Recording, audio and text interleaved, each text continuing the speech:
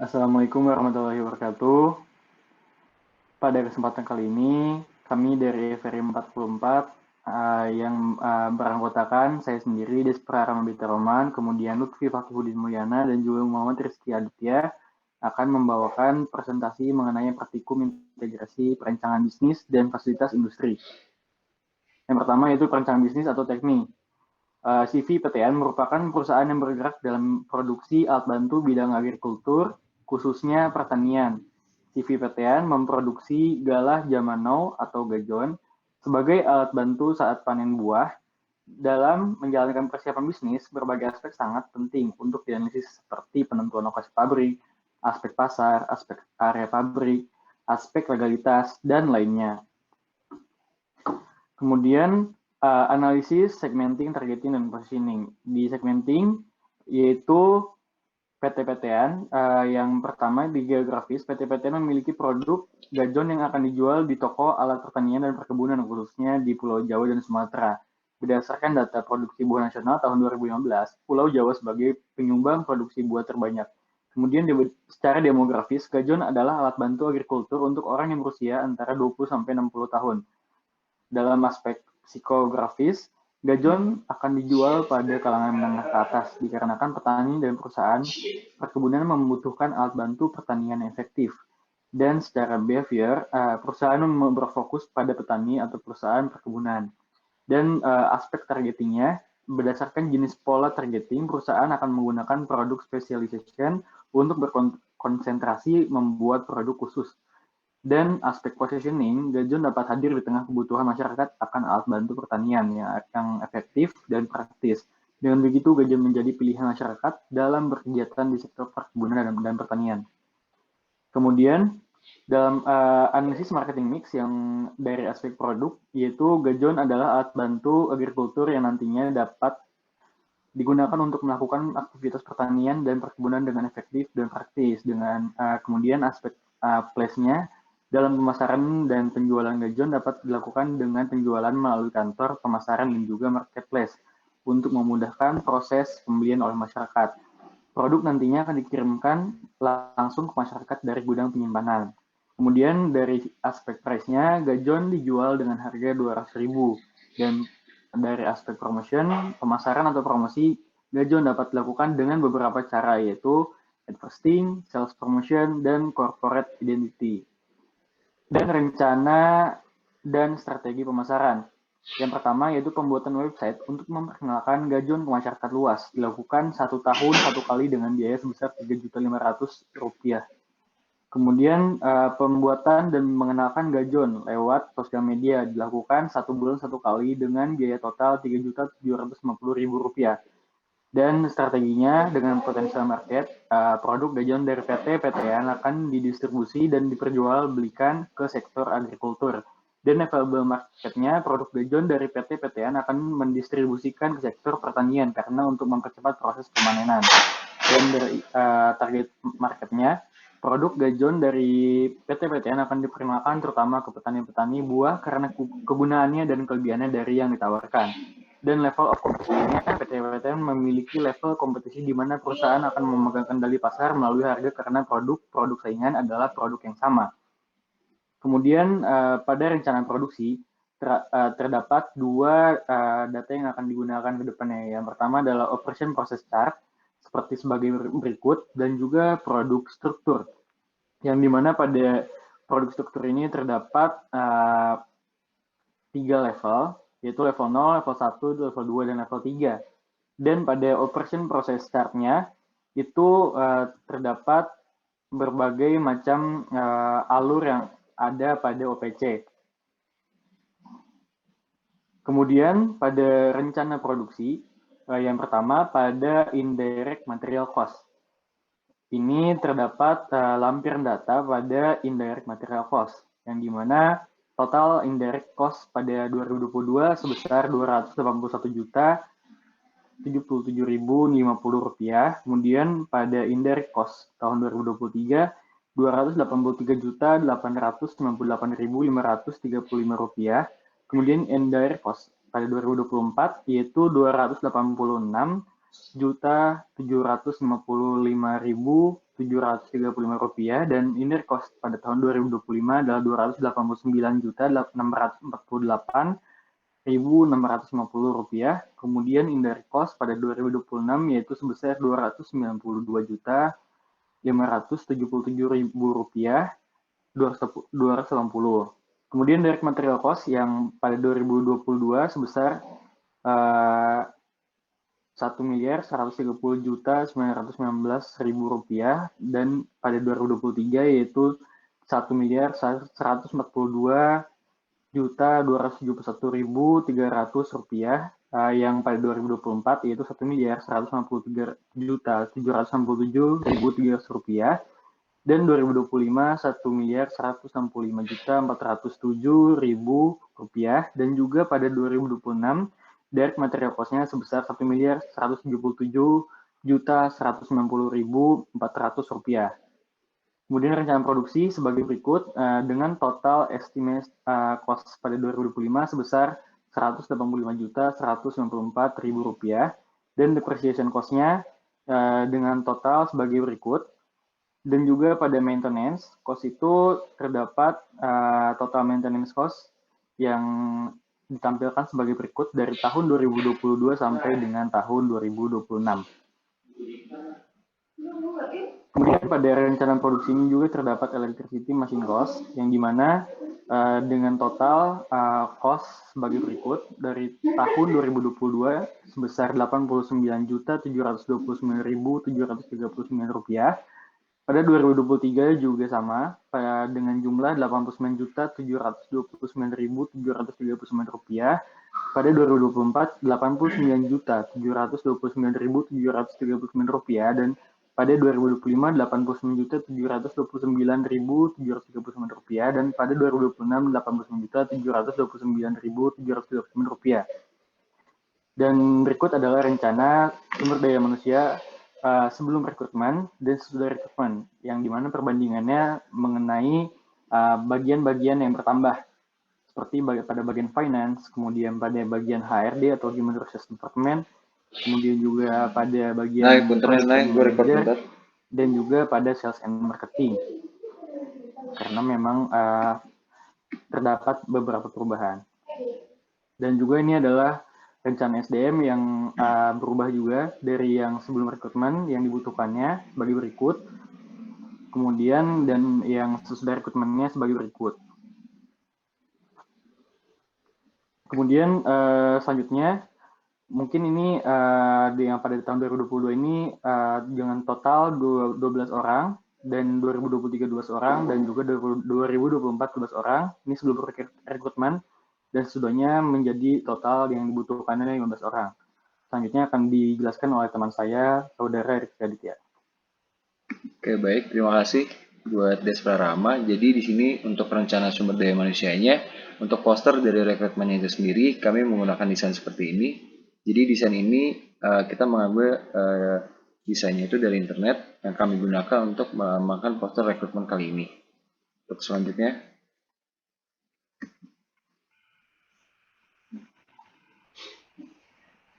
Nah, berikut adalah dari proyeksi keuangan, terutama untuk di bagian production dan operational cost. Di sini bisa dilihat bahwa CVPTN ini dari total direct cost-nya mulai dari tahun 2022 sampai tahun 2026 ini berbeda. Mulai dari tahun 2022 ini mulai di kisaran 1.500.000.000 sampai di tahun 2006 ini adalah 1.600.000.000. Sedangkan untuk total overhead cost-nya sendiri itu mulai dari 545 jutaan sampai ke 610 juta.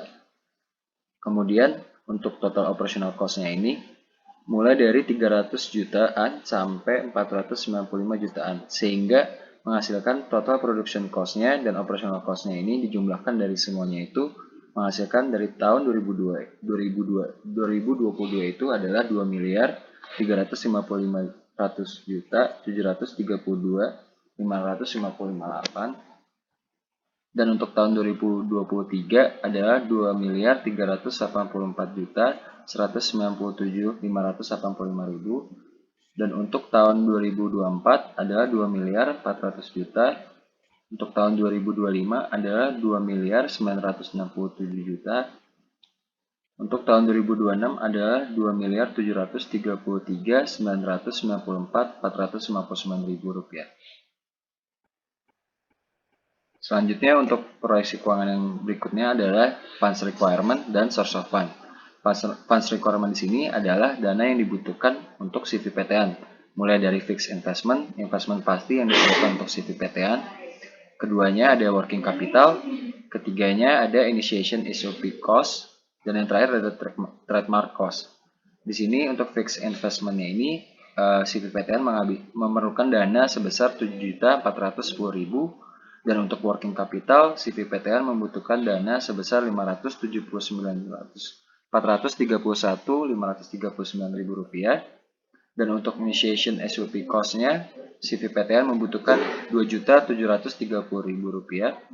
Untuk trademark cost, CVPTN membutuhkan 600.000 rupiah. Ya, sehingga total yang dibutuhkan oleh CVPTN di sini adalah 590.171.539 rupiah. Berikutnya untuk pendanaannya. Sumber pendanaannya di sini ada owner equity dan peminjaman bank. Di mana owner equity ini adalah akumulasi dari total pendanaan sebesar 80% yang berjumlah 472.137.232 rupiah. Dan untuk pinjaman dari banknya akumulasinya adalah sebesar 20%, di mana ada angkanya itu ada di 118.034.308 rupiah. Sehingga total dana yang dibutuhkan, total dana pendanaannya adalah 590.171.539 rupiah. Untuk proyeksi keuangan berikutnya ada installment debt. Di installment debt ini, CVPTN ini menampilkan berbagai data mulai dari hutang tersisa, principal installment, interest expense, dan total installment. Di sini installment yang ditayangkan ini mulai dari 0 tahun pertama sampai year 5 atau tahun kelima. Pada tahun ke-0, CVPTN melakukan investasi sebesar 180.34.307.88 rupiah yang akan digunakan sampai tahun kelima, sehingga menyisakan total installmentnya ini ada di 28.709.721 rupiah.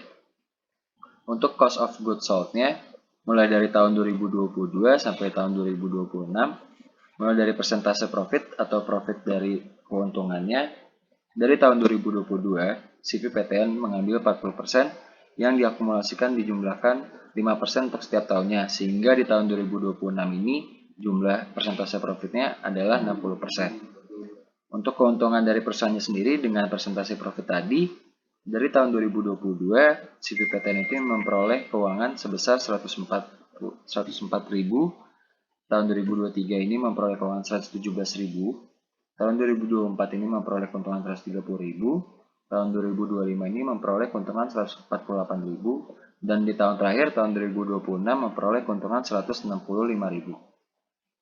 Sedangkan untuk harga penjualan per produknya, ini kita bisa lihat dari harga per produk yang dimana 364.000 pada tahun 2022. Pada tahun 2023 ini harga penjualan produknya itu adalah 379. Tahun 2024 ini harga penjualannya adalah 392.000. Tahun 2025 ini 400.000. Tahun 2026 ini ada 436.000. Yang akan dibulatkan menjadi 365 di tahun 2022, 380.000 di tahun 2023, dan seterusnya untuk di setiap tahunnya yang akan dilakukan pembulatan.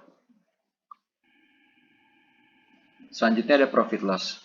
Di proyeksi keuangan yang ini kita menghitung pendapatan kita secara kotor dari gross profitnya di sini, yang dimana diakumulasikan dari total income, total direct cost, total overhead factory cost, total cost of goods manufactured, dan terakhir total of cost of goods sold. Dan di sini gross profitnya untuk tahun 2022 sampai 2026 itu mengalami kenaikan dan keturunan. Sehingga mulai dari tahun 2022 ini yang berawal dari 815 juta sampai di tahun terakhir 2026 ini 1.200.135.000. Selanjutnya masih di sheet profit loss. Di sini kita bisa menghitung pendapatan sebelum pajak dan bunga dan pendapatan setelah pajak dan bunga. berdasarkan dari perhitungan pajak juga, perhitungan pendapatan sebelum pajak, dan pengeluaran bunga setiap tahunnya. Untuk pendapatan sebelum pajak dan bunga, CVPTN ini di tahun 2022 ini memperoleh keuntungan sebesar 500 juta.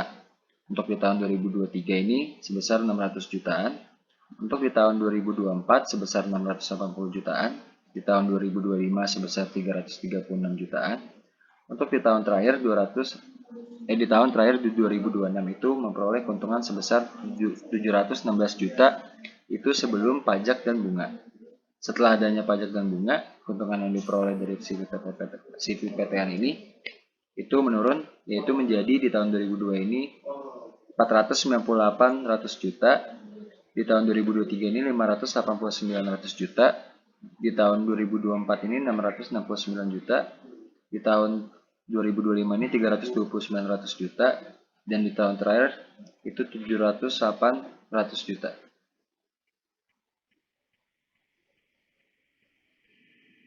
Selanjutnya untuk proyeksi keuangan di bagian cash flow, ini kita bisa lihat arus keluar masuk pembelian dan penjualan yang dilakukan oleh CVPT-PTN. Di sini mulai dari total cash inflow sampai total cash outflow untuk menghitung net cash flow-nya dan untuk menghitung juga balance atau keuangan terakhir yang dimiliki oleh CVPTN.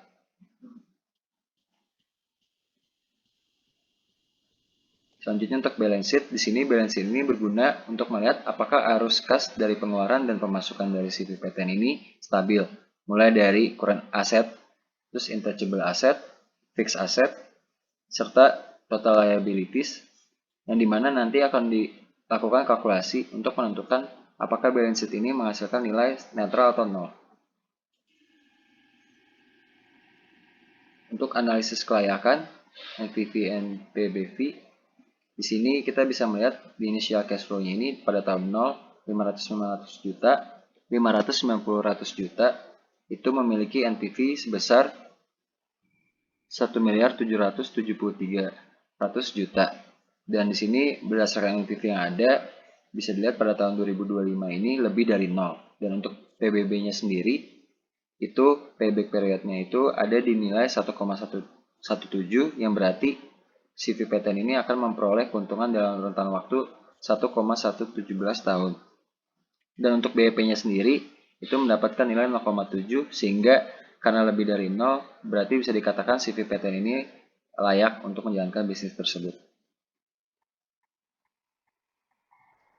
Berikut adalah hasil IRR-nya. IRR-nya yang didapat sebesar 90,24%. Artinya akan lebih menguntungkan untuk menempatkan uang dalam usaha ini. Terus untuk BCR ini itu ada di 1,23 yang dimana lebih dari 1 sehingga manfaatnya lebih besar daripada biaya yang dikeluarkan. Di sini ada analisis kelayakan untuk setiap permasalahan mulai dari raw material. Berdasarkan interpolasinya, CVPTN ini sensitif terhadap kenaikan harga raw material di 47,41%. Berdasarkan dari penurunan harga penjualan, CVPTN ini mengalami sensitivitas di 90,96%. Selanjutnya akan dilanjutkan oleh rekan saya, Lutfi Fakihudin.